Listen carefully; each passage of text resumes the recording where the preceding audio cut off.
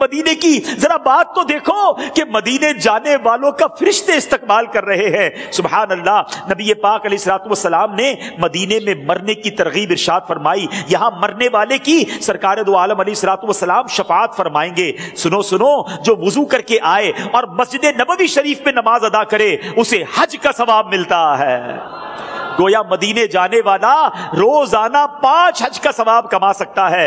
حجرہ مبارک اور منبر منور کے درمیان کی جگہ جنت کے باغوں میں سے ایک باغ جنت کی کیاری ہے. مسجد نبوی شریف میں ایک نماز پڑھنا 50,000 نمازوں کے برابر ہے. مدینہ منورہ کی سرزمین پر مزار مصطفیٰ ہے جہاں صبح و شام 70,000 فرشتے حاضر ہوتے ہیں. اللہ اکبر. یہ وہ مقام ہے جہاں فرشتے حاضری کو ترستے ہیں. مگر ہم گناہ گاروں کو جب وہاں بلاوا ملے تو کیوں نہ ہم وہاں جانے کو ترسے. یہاں کی زمین کا وہ مبارک حصہ جس پہ رسول انور مدینے کے تاجور صلی اللہ تعالی علیہ وآلہ وسلم کا جسم منور تشریف فرما ہے, وہ ہر مقام حتیٰ کہ خانہ کعبہ, بیت المعمور, عرش و کرسی اور جنت سے بھی افضل ہے.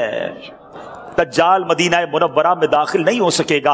اہل مدینہ سے برائی کا ارادہ کرنے والا عذاب میں گرفتار ہوگا. یہاں کا قبرستان جنت البقیع دنیا کے تمام قبرستانوں سے افضل ہے. یہاں تقریباً 10,000 صحابہ کرام, اہل بیت اطہار اور بے شمار تابعین کرام اور اولیاء اعظام اور دیگر خوش نصیب مسلمان مدفون ہیں. اللہ کریم ہمیں بھی جنت البقیع نصیب فرمائے. مدینہ منورہ وہ جگہ ہے میرے پیارے اسلامی بھائیوں, اے زائرین مدینہ, یہ کوئی نارمل سفر نہیں ہے, یہ کوئی عام جرنی نہیں ہے. سنبھل کر پاؤں رکھنا زائروں شہر مدینہ میں, سنبھل کر پاؤں رکھنا عاشقوں سے شہر مدینہ میں.